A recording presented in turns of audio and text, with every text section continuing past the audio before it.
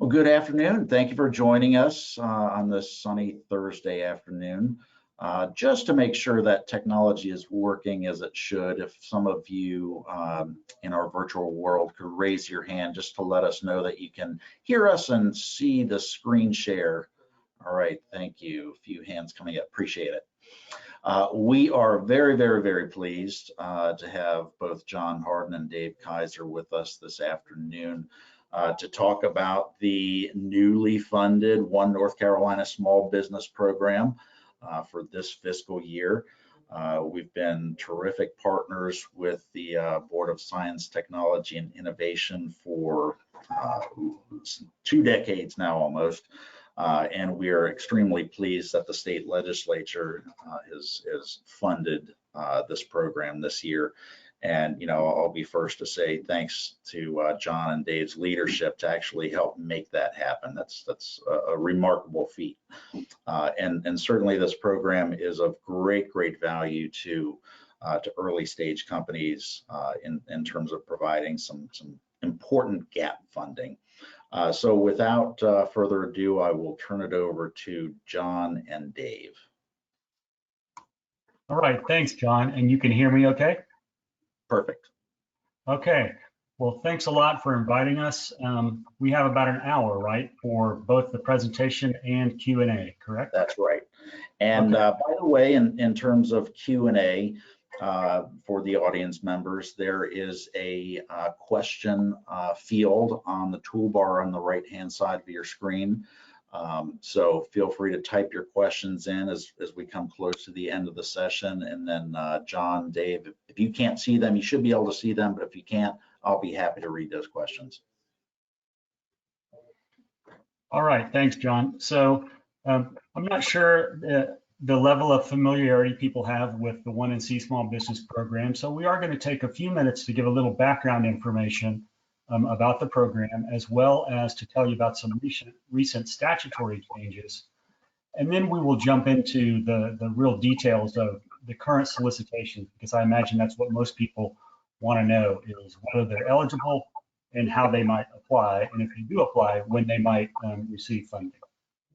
So we have about 15 slides, and we should be able to get through this in, I'd say, 20 minutes or so, plus or minus 5. Okay, so the One North Carolina program actually has 2 programs within it, and both of these were originally authorized in 2005. And I emphasize the word authorized because in legislative parlance, that actually means something. That's a meaningful word because that means it was created. And these programs were created in 2005. They didn't exist before then. And once they were created, it allowed them to do certain things. But authorizing a program is not the same as funding a program or having appropriations provided to a program. So there's a difference between authorization and appropriation, and you'll see in a few minutes why that distinction is important. So the first program, and this is the program that many of you may not be familiar with because it's a program we haven't run very often, is called the incentive program. And it is a program which some people call a phase 0 program in some states, and it provides a reimbursement to the businesses for a portion of the cost they incur when preparing and submitting these phase 1 SBIR or STTR proposals to the federal agencies. So this was established because we learned back in 2005 that many companies who might be interested in applying were not applying because there was a cost associated with applying. It required a lot of staff time. They might require some equipment or some facilities, and those costs were being prohibitive. And so this program was created in 2005. We actually ran it for just 2 times, and that's because the way it was created in 2005 did not provide a large enough incentive to many companies to be valuable to those companies. So this program was really kind of on hold for several years, but we've been able to restart it this year due to some changes, which I'll talk about in just a minute. So the second program is the one that most people are familiar with, and that's the matching program, and that awards matching funds to businesses that have received a federal phase 1 SBIR or STTR within a certain time period. And I'm going to go into those details in just a moment. Okay, so there were some pretty important statutory changes as well as some appropriations that happened in the last legislative session. So most legislative sessions start in the spring and they end in the summer. At least that's when they're supposed to end. But this one, as many of you know, ran quite long, and it ran long because they could not come to an agreement, the governor and the legislature, on the terms of a comprehensive budget. They eventually did, and that was in November. So in November of 2021, on November 17th, the governor and the General Assembly enacted the budget bill, which is the bill you see there, Senate Bill 105, which is now Senate Law 2021-180. If any of you want to look that up, you could just go to the General Assembly's website, plug in those numbers, and it'll come up, and it's several hundred pages of a budget document in case you're interested. So that budget did two important things. Number one, it actually made some modifications to the original authorizing statutes of the 1&C Small Business Program. So those statutes that were set up in 2005, they had not changed since 2005, and this legislative session made some changes, and I'll show you those in just a minute. And it also provided funding for the 1&C Small Business Program. Typically, authorization and funding doesn't happen in the same bill. But in this particular bill, it did, just for a variety of legislative reasons. But here are the changes that were made. So first I'll talk about the incentive program. So previously, the maximum size of an incentive grant was $3,000, as you can see there. And that was, in 2005. Now that we're in 2022, $3,000 doesn't go nearly as far as it did then. And so we worked with the legislature. When I say we, I mean our board, the Board of Science, Technology, and Innovation, which is a 25-member board appointed by the governor and the legislature to provide policy advice and recommendations to the governor and the legislature. And they are the ones that helped create this program in the first place, and they oversee the work that we do, the staff does, the office does, in administering this program. So we were able to work with the legislature to get the award size increased to $12,000 for companies that are in Tier 1 and Tier 2 counties, and I'll explain that in a minute, and $6,000 for companies in Tier 3 counties. So as many of you may know, well, I imagine you all know that North Carolina has 100 counties, which makes the math really easy, and of those counties, they are divided for economic development purposes, for state government economic development purposes, into 3 tiers. Tier 3 counties are the 20 most prosperous economic counties in terms of gross domestic product and income, things like that. They're the ones that you would think of, Wake County, Mecklenburg County, the ones with large metro areas. And then the remaining 80 counties are divided into 2 tiers. Tier 2 is the middle pack of counties that, there's 40 of those that are one level down from Tier 3. They are stronger than Tier 1, but they are not as strong as the Tier 3 counties. And then the Tier 1 counties are the latter 40 counties that are the most economically distressed. So many of the economic development programs that the Department of Commerce office offers provide staggered award amounts for various programs depending on what tier a company is in. And that's because the legislature and the governor are interested in trying to spread the benefits of economic development throughout the state. That development is going to occur more naturally in the Tier 3 areas, and the programs don't take away from the Tier 3 counties, they just give an additional incentive to companies that are in Tier 1 and Tier 2 counties. So that's what accounts for the differential there. The second thing that it changed, this legislation, was previously a company could receive only one incentive grant per solicitation period. And the legislation authorized the board to allow up to 2. And again, the word there is authorized. And then finally, it also authorized up to 10% of the funds for the incentive program actually to be carved out and used for education and outreach efforts. The legislature wanted us to do what we can to spread the word about the SBIR and STTR programs. We'll be working with the SBTDC and other organizations, First Flight Venture Center, for example, to try to make sure that that as many people as possible that could benefit from these programs know about the program. So we'll have a roadshow and we'll have other efforts to try to spread the word. So those are all the changes on the incentive program. On the matching program, it increased the number of matching awards, the number that a company can receive in its lifetime, from 5 up to 10. So as many of you know, previously, if you had received 5 awards in your lifetime under the program, you had tapped out the max you could receive, but now the maximum is 10. And then it increased the award amounts of the match from $100,000 up to $200,000.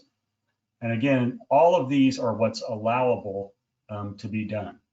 But the extent to which those allowances can be achieved is determined by how much budget is allocated to the program. So all of these limits or maximums have the qualifier of subject to budget constraints. If we had $40 million, we could max out all of these ranges that you see there. But in this year, the program received $5 million, which actually is a very significant appropriation for the program. It's one of the highest ever in the program's history, but it's not large enough to be able to max out all of those limitations that you see there. So the legislature appropriated $5 million to the program. And what's also new this year is that $2 million of that is recurring, which means that funding will recur every year now until the legislature, until and if the legislature decides to not make it recurring. And so that's essentially kind of guaranteed funding for the program, at least $2 million each year. And previously, for the entire life of the program up to now, the funding was always non-recurring, which means that in some years you might have a great year with a lot of funding, and then the next year, for reasons sometimes out of our control or anybody's control, the legislature and the governor may not have appropriated funding to the program. And so over the 15-year history of the program, I think there were 4 years where it did not have funding, and those peaks and valleys should not be there anymore, and there should at a minimum be 2. And every year we will go back and also ask on top of the $2 million for additional non-recurring. So in future years, it may be higher than $5 million, maybe at $5 million, or maybe $2 million, but at least there will always be funding. Okay, so that's everything that's allowable under the program in an authorized sense. Each solicitation works within those allowances, and that's because the solicitations have to operate based on how much money has been appropriated. So every year, once our board, the Board of Science, Technology, and Innovation, learns how much has been appropriated to the program, they have a special meeting at which they review a lot of information that the staff, Dave and I and others, have compiled given the amount of money that we have, what the expected level of demand is for the incentive program and the matching program. And we base that information on publicly available data about the SBIR and STTR programs, as well as, and we go back at least 20 years on that and do detailed projections.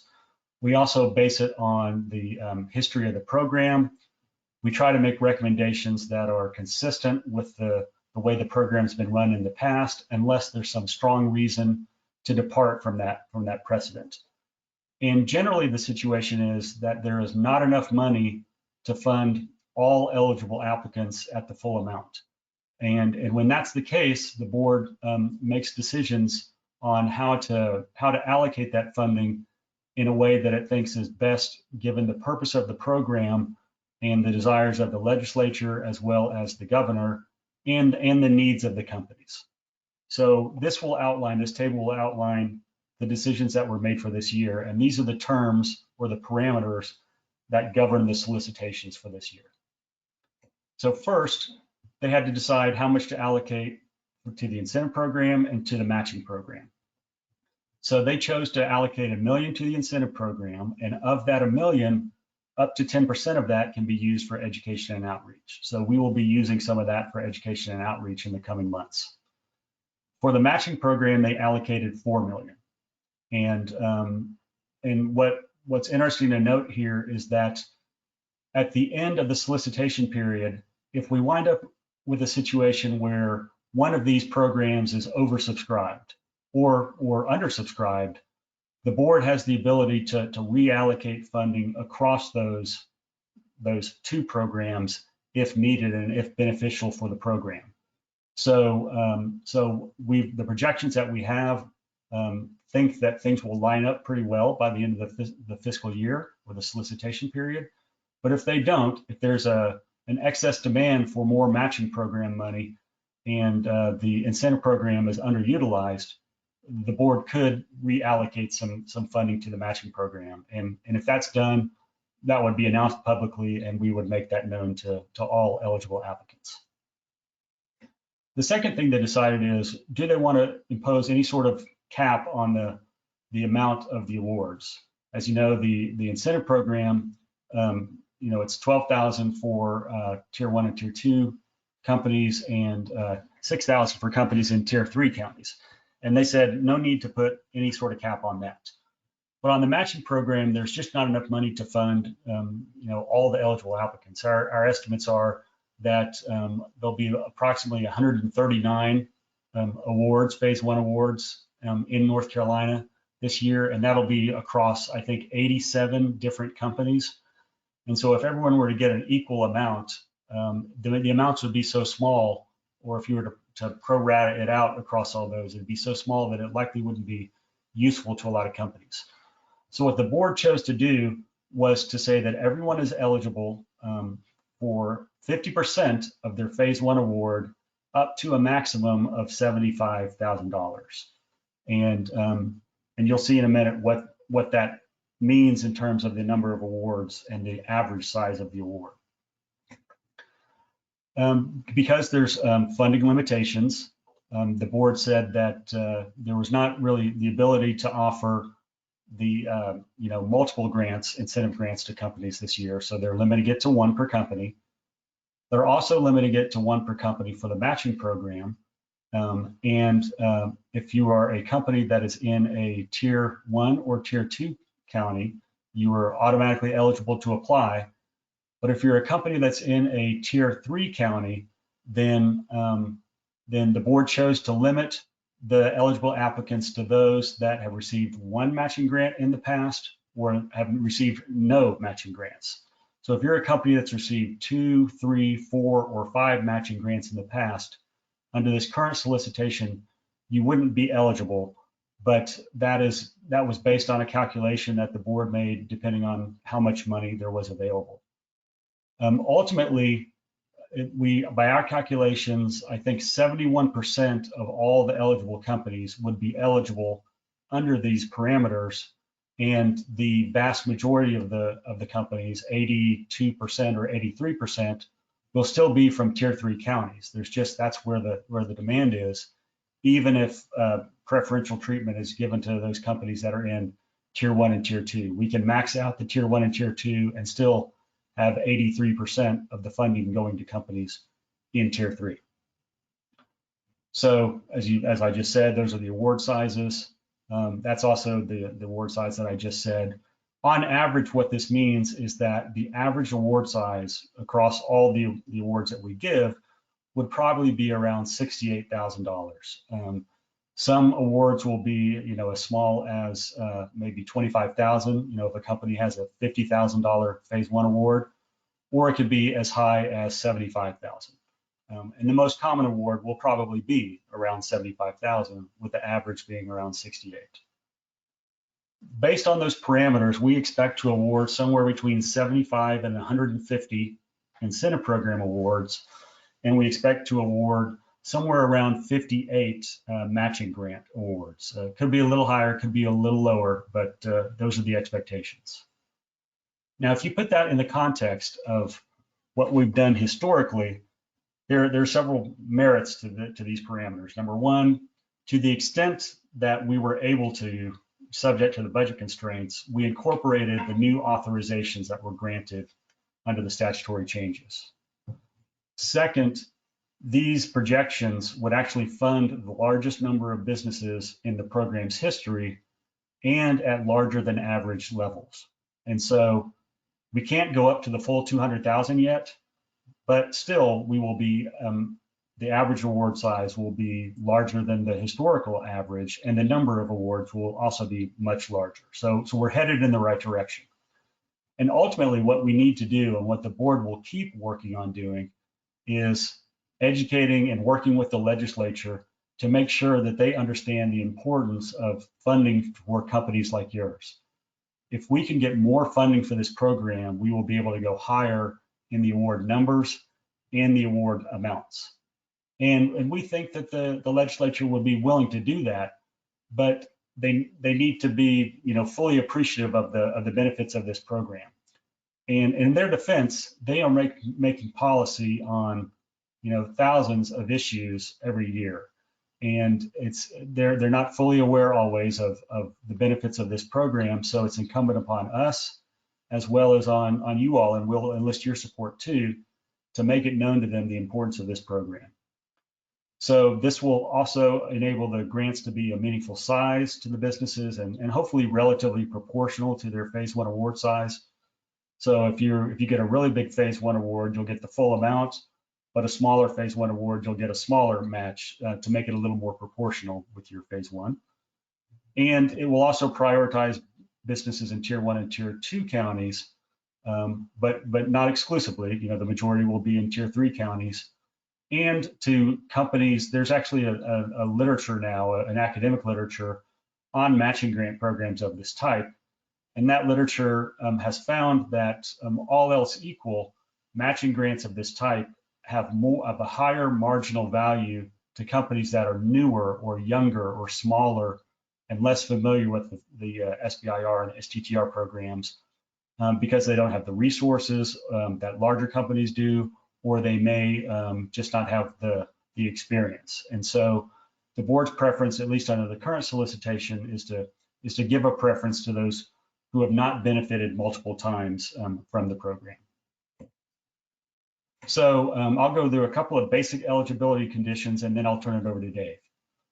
So under the current solicitation, and really under all solicitations, to be eligible at the core for this program, a business must have its principal place of business in North Carolina. And the solicitation has more detail on that. But what that means is ultimately your business needs to be headquartered in North Carolina. If we look at the Secretary of State's office and look at your company and where it's headquartered, if it says Washington State, it would not be eligible under this program. But most everyone has no problem meeting that criteria. Second, if you want to be eligible for the incentive program, you have to have received notice of a phase one. Let me back this up. The federal agency has to have received your phase one application within the solicitation period. So this solicitation period runs on the state fiscal year, which is July 1, 2021 through June 30th of 2022. So if your company submitted a phase one application within those dates and received notice from the agency that it had been received, you should be eligible to apply under this program. And Dave will provide more information later about the types of information you would need to provide to qualify. Under the matching program, you have to have received notification of a phase one award also during the solicitation period. Now, the key word there is notification, and that is what's outlined in the program's guidelines as determined by the board. So that means you receive a letter, for example, an award letter from the federal agency that says, congratulations, you have received a phase one award from our agency. And we can't, unfortunately, base it on the project period or the budget period. Some agencies, those two things are identical, and for others, they are different. So if you receive your award on July 1st, but your budget starts 2 months later, what we have to go by is the July 1st date, because that is when you receive the official notification of award.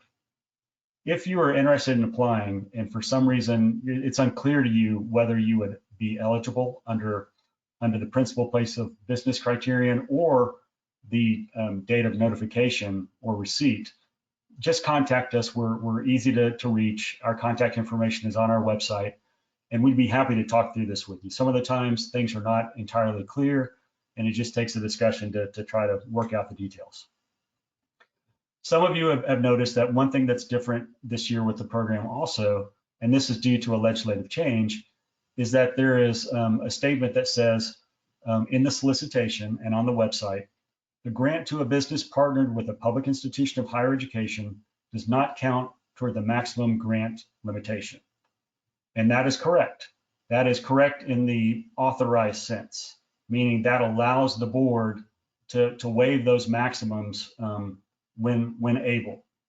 But this is all subject to budget constraints, and under this solicitation, budget constraints do apply, and so the board chose to impose limits this time on the number of awards. But it is quite possible in future years, when and if the budget increases, that those limits will not apply.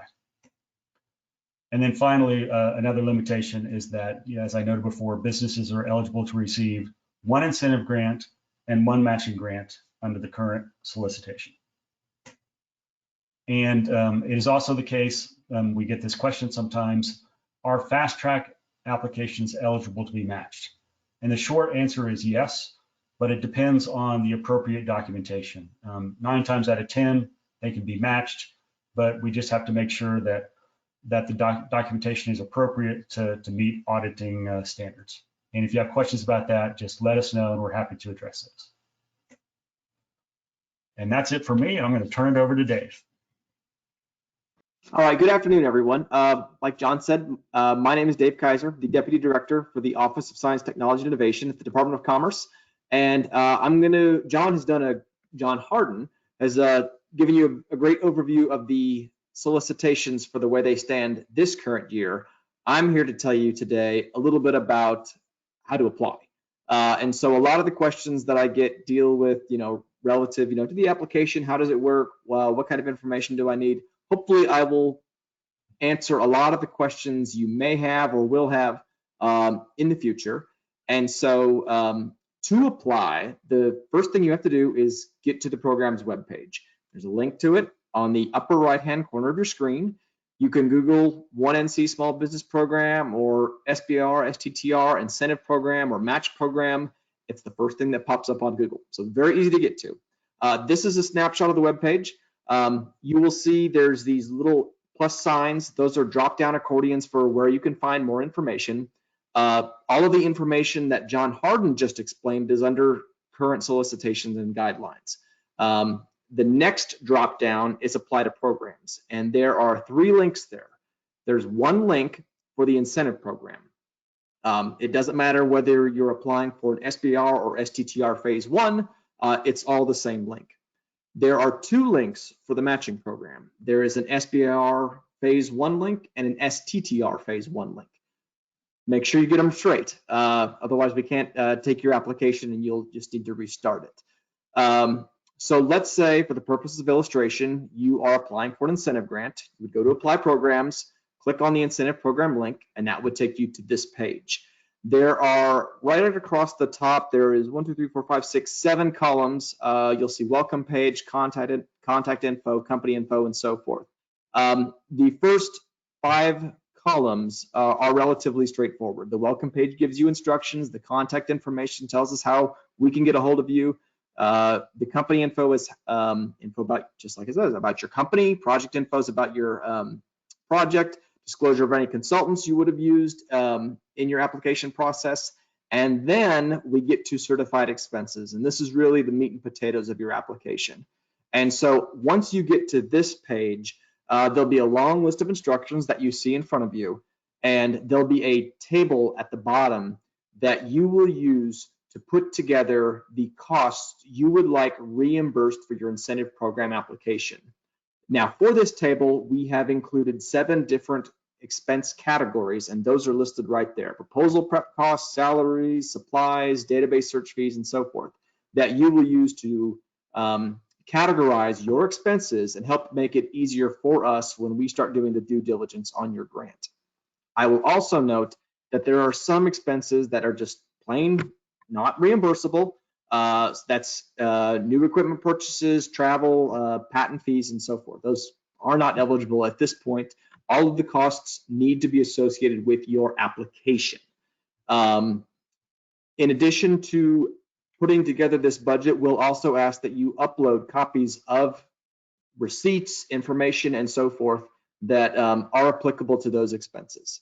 Once you've done that, you'll hit submit or you'll hit next, and you'll go to required supporting documents.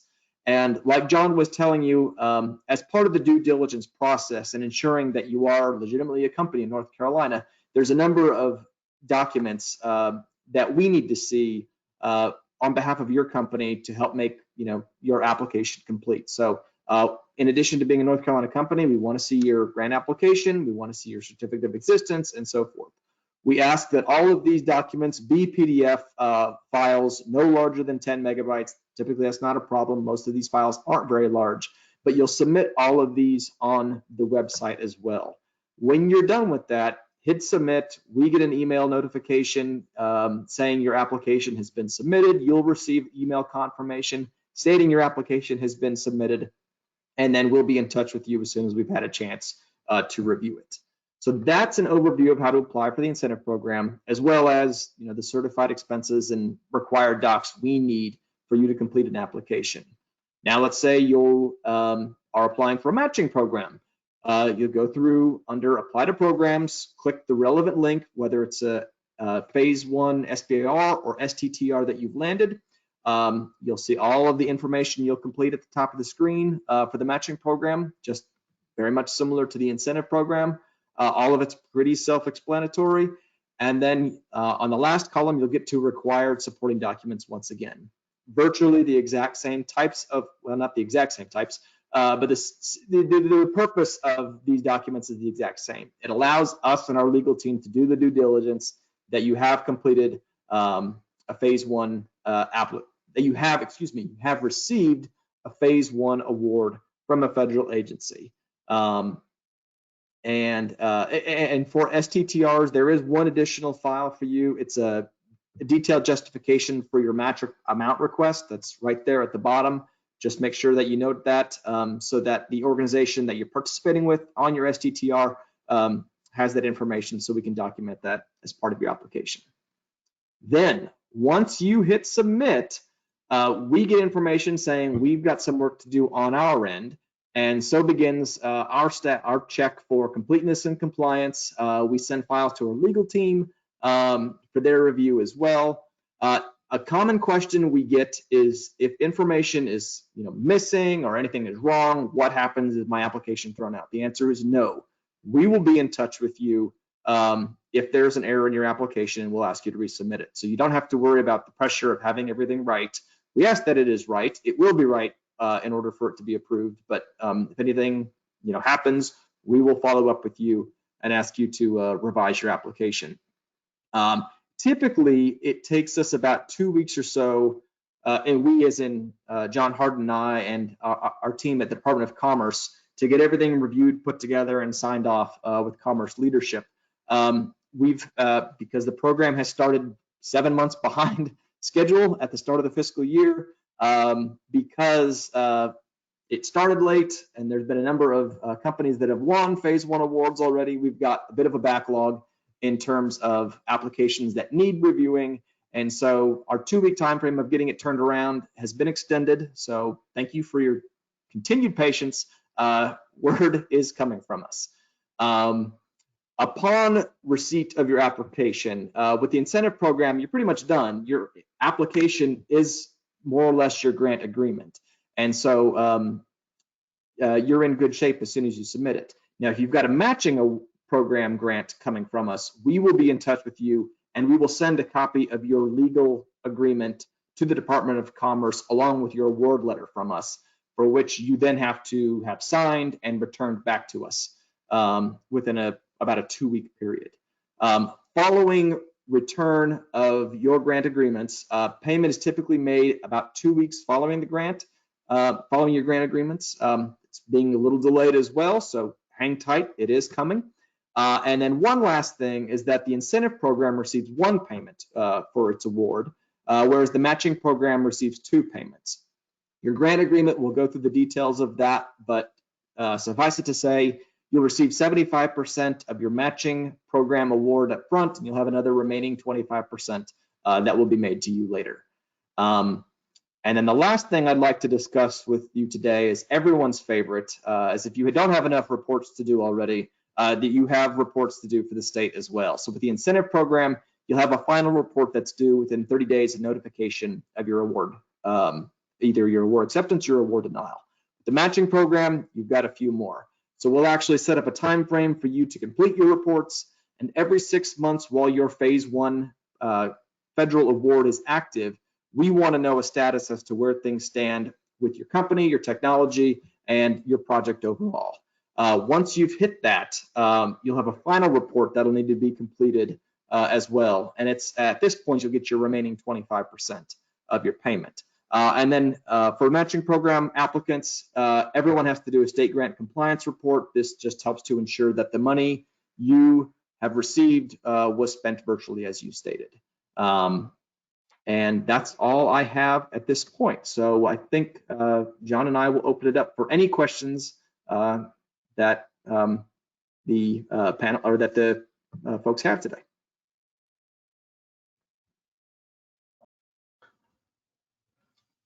All right, John, have I successfully unshared my screen? Yes, you have. All right, amazing. So again, feel free to our audience to type in any questions that you have, and I'll be able to read those off to both John and Dave. And I just want to make one follow-up comment, and that is to note that when you hear all of that at once, and when I heard it all of it at once, I thought, gosh, that's a lot of information.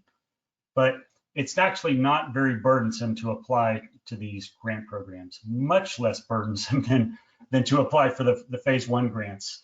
And please know that everything that we request for good reason. And that's largely because we do work for a state agency. There's a lot of accountability that needs to take place. And it allows us to report back to the General Assembly and to the governor on the demographics of the companies. We don't report on individual companies, but the demographics, the success rate of the companies overall, of the program overall, and just general compliance issues. So we try to minimize that, but if you have any questions or comments, we're always open to hearing them. All right, so we can see a few questions coming in here. So I will read these off to you, gentlemen. Can a business at any stage apply for these programs? So what do you mean, can they further define at any stage? Sure, Trish, if you could re-point your question, that would be great, and we'll get back to that. Next question, what is the typical type of business that gets supported or typical project type? So John, you may be as well prepared to answer that one as we are. I mean, we can answer it, but would you mind taking a few minutes? The typical type of business that gets supported through the SBIR program is a company that is, number one, innovation based. It is in the process of conducting research and development efforts. So phase 1 of the SBIR and STTR program is funding from the federal agency to carry out a feasibility or a proof of concept study toward the development of a commercializable product. So that's what a phase 1 is, and there are 11 federal agencies that participate in this. All of those 11 agencies represent a very broad array of technology interests. So it is generally, we'll say businesses in the 1 to 10 person range represent about half of all of the SBIR, STTR awards that are made nationally. So it is truly the small R&D focused companies that are taking part in the program. Now, you can be eligible to receive SBIR funding if you're up to 499 people.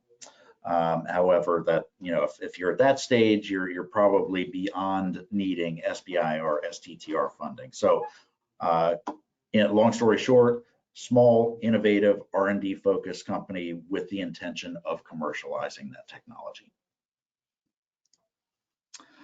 Next question, if somebody is from out of state, is there a deadline to incorporate in North Carolina to be eligible for these programs? Yes, and so first, clarification, many of the companies that are eligible are actually incorporated in other states, but they need to have their principal place of business here. Actually, most of the companies incorporate in Delaware because it's easier. But in order to have your principal place of business here in North Carolina to be eligible, it needs to be your principal place of business at the time you receive the Phase 1 award. And so we have to use the documentation that you provide us, and the auditors look at that documentation. And if the documentation says North Carolina on the award letter, then that's what counts. There may be some cases where the company is based in North Carolina, but the award letter may have gone to one of its other locations in another state. If that can be adequately documented to show that the principal place of business is in North Carolina, and there's a requirement that 51% of the activity under the grant take place in North Carolina, if all that can be documented, that would be fine as well. Next question, for matching grants, can you propose new work not included on the Phase 1 award? So let me back up and say the matching grant is relatively unrestricted, meaning that the requirement is that it be related to the Phase 1 project. And so if the Phase 1 project changes in scope, that should not be an issue with respect to the matching grant. But what's being matched is that Phase 1 grant. But we understand that things change directions in the course of a project, and we do record or ask you to indicate how you spent the money, and that's what that state grant compliance report does. Is it asks you in a pretty non-burdensome way, tell us how you spent the money. Was it on personnel? Was it on equipment? Things like that. And as long as it's directly or indirectly related to the Phase 1 project, that's fine. And let me add that I would suggest not including the fact that there is a match program in your Phase 1 proposal. While it may seem that it would be a good idea from the standpoint that you're showing that you have the ability, given that you're in North Carolina, to leverage state money. The downside is that if you're suggesting that aims 1 and 2 in your proposal are going to be hopefully funded through the federal Phase 1, and then aim 3 will be used or will be funded through the match program, that's a risk, right? There's a risk that the state money may run out, and that if you don't receive the match, then the entire project won't come to completion. So be careful about how you present the availability of the state match funding, such that it doesn't look like success of your proposal is going to be dependent upon you getting both funds. Next question, for a Delaware LLC, are we eligible if we also have a business license in Mecklenburg County and our main office is here in Charlotte? I think to answer that fully, we would need to look at the documentation. My initial thinking, based on what you indicated, is that it's likely that it would be, but it just depends on the details of the documentation. If the Delaware LLC is not an issue. What really matters is, where is the quote principal place of business? Where is its headquarters located? Its management team located? Doesn't mean the whole company's located there, but that's where it is quote headquartered. And the solicitation, or actually the guidelines, and actually this is a good point, good thing for me to raise, is that there's a distinction between the solicitation, which is on an annual basis, and that's governed by how much money we have available. Then there are also program guidelines, and each solicitation has the guidelines in the back. And the guidelines are more general and overarching than the solicitation. So there are kind of three levels of governance. There's the statute, which is a law. Then there are the guidelines, which are more general and overarching, but more specific than a law. Then there's the solicitation, which applies on a calendar or a fiscal year basis. And the guidelines, in this case, have a pretty detailed description of principal place of business as far as how it's defined. And there's also a little bit of discretion granted to the executive director of the program, in this case, me, to do kind of a weight of the evidence determination also. If a company's principal place of business is not entirely clear or intuitively obvious, the business can make its case, and we'll do the best we can to make it work. Great. Nancy Fisher says, thank you for your hard work and advocacy to reinstate these important programs. Thanks for that nice word. Hey, Nancy. Next question from Sri.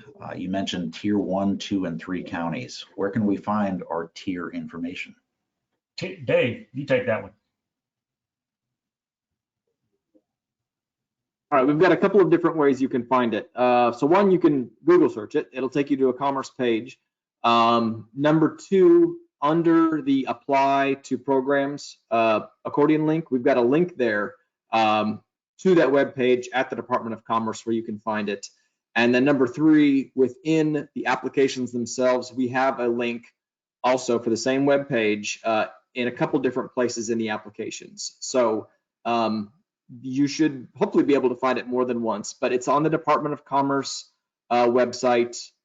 Just Google search North Carolina county tier designations. If you want, tell us your county now. We'll tell you right here what county or what tier your county is in. So. All right, next question from Shiva. Is there a deadline to apply for these programs? Dave, you could take that one too. Sure. The deadline is June 30th, 2022. The critical part is make sure your phase one has been received within the current state fiscal year, your phase one award. So between July 1st and June 30th of 2022. But the deadline to get your application in would be June 30th. We'd recommend doing it sooner rather than later. That's the deadline. So. Okay. Next question from Stephanie. Is the matching program only for incorporated companies? Do you mean it has to be a for-profit business, but there can be, different forms of that. So we can do LLCs, we can do C corps, things like that. And so there's variety there. Does that answer your question? Yeah, I think so. And I'll just add that to submit and receive, to submit a proposal, you have to be set up as a for-profit business. Right. So that's going to be a requirement just to do that submission. And you mean to the phase one program, right? That's right. That's okay. Right. Next question from Rob Lindbergh. Took the state a while to finalize the budget, so how will that impact the ability to deploy these funds, especially on effort from July through December of last year?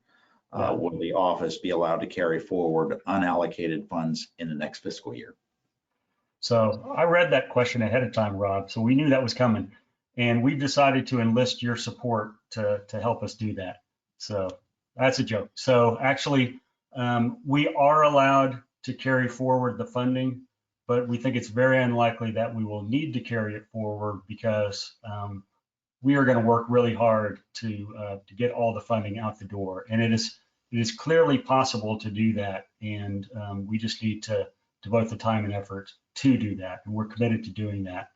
If for some reason we cannot get it all out by the end of the fiscal year, we can carry it forward and apply it to the next fiscal year. And a second question from Rob: how can partners of the office, of your office, and SBTDC, such as CED, Biotech Center, First Flight, et cetera, help maximize the impacts of this program so that there can be sustained support for it going into the future? So as state employees, we have to be careful about not advocating.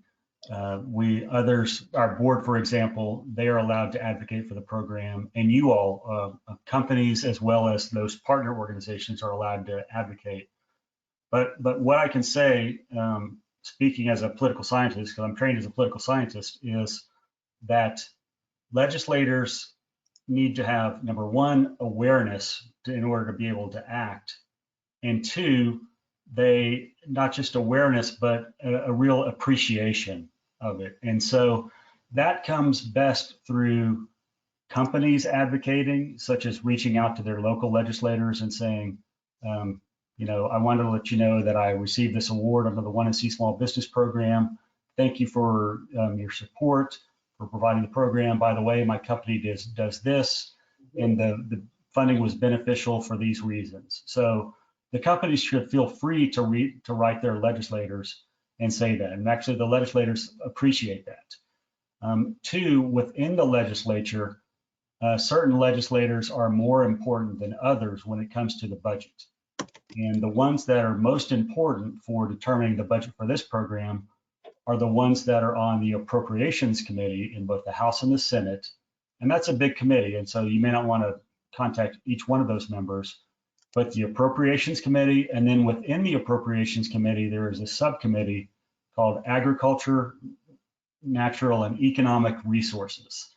And that is the subcommittee that has jurisdiction over the Department of Commerce. And we sit in the Department of Commerce, and that's where the funding for this is decided, and where it flows to is to the Department of Commerce. So that's a long answer, but basically, feel free to reach out to your local legislators and to the governor's office, because they want feedback about these programs. And unless people provide feedback, they may not know as much as they need to know. And we do our part as well. We just can't initiate it, but when we're asked questions, we certainly provide all the data and information that we can. All right, next question from Jamila. Is preference given to companies that are both incorporated in North Carolina and have a principal office here in North Carolina?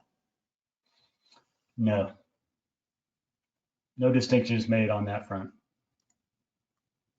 Next question from Sheree. John covered this early in his presentation, but perhaps you arrived a little bit late.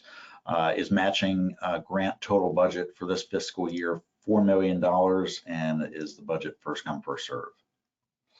So it works in a first come, first serve sense in that we make awards on a rolling basis.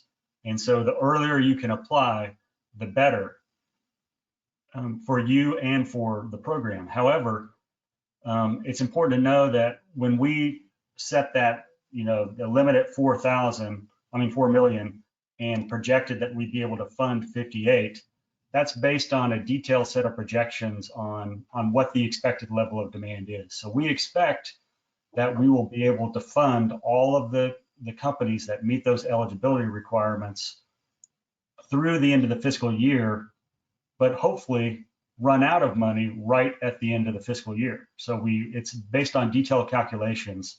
We don't want to end up with hundreds of thousands of dollars left over, or being heavily oversubscribed. So, but our recommendation is just to apply as soon as you are able.